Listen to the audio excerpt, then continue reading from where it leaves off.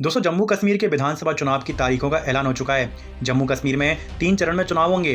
पहले चरण में 24 सीटों पर 18 सितंबर को, दूसरे चरण में 26 सीटों पर 25 सितंबर को और तीसरे चरण में 40 सीटों पर 1 अक्टूबर को वोटिंग होगी और चुनाव के नतीजे 4 अक्टूबर को घोषित किए जाएंगे। दोस्तों जम्मू कश्मीर से धारा 370 हटने के बाद ये पहला विधानसभा चुनाव होगा। जम्मू कश्मीर से 5 अगस्त 2019 को धारा 370 को हटा दिया गया था। 10 साल बाद होने वाले विधानसभा चुनाव कई मायनों में खास होंगे। दोस्तों 2014 में जब आखिरी बार यहाँ विधानसभा चुनाव हुए थे तब से अब तक काफी कुछ चीजें बदल चुकी हैं। सीटों की संख्या भी पहले से थोड़ी बढ़ गई है। दोस्तों पहले चुनी हुई सरकार सब कुछ होती थी, लेकिन अब ज्यादातर शक्तियां उपराज्यपाल के पास होंगी। ऐसे में जानते हैं कि 10 साल बाद होने जा रहे चुनाव में पिछली बार से क्या कुछ अलग होगा। लेकिन आगे जाने से पहले आप हमारे चैनल को सब्सक्राइब कर लें, क्योंकि ये आपके बहुत काम आएगा। दोस्तों 5 अगस्त 2019 को ही जम्मू कश्मीर में काफी कुछ बदल गया था। इसके बाद जम्मू कश्मीर 2 हिस्सों में बंट गया।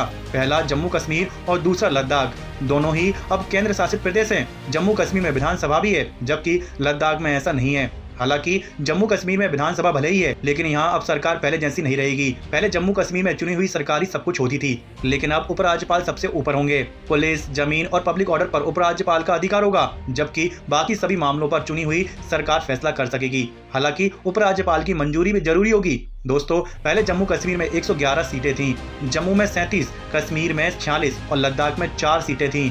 पाकिस्तान के कब्जे वाले पीओके में 24 सीटें होती थीं। अब जम्मू में 43 तो कश्मीर में 47 सीटें होंगी। पीओके के लिए 24 सीटें ही रिजर्व हैं, यहाँ चुनाव नहीं कराए जा सकते, जबकि लद्दाख में विधानसभा नहीं है। इस तरह से कुल 114 सीटें हैं, जिनमें से 90 सीटों पर चुनाव कराए जाएंगे।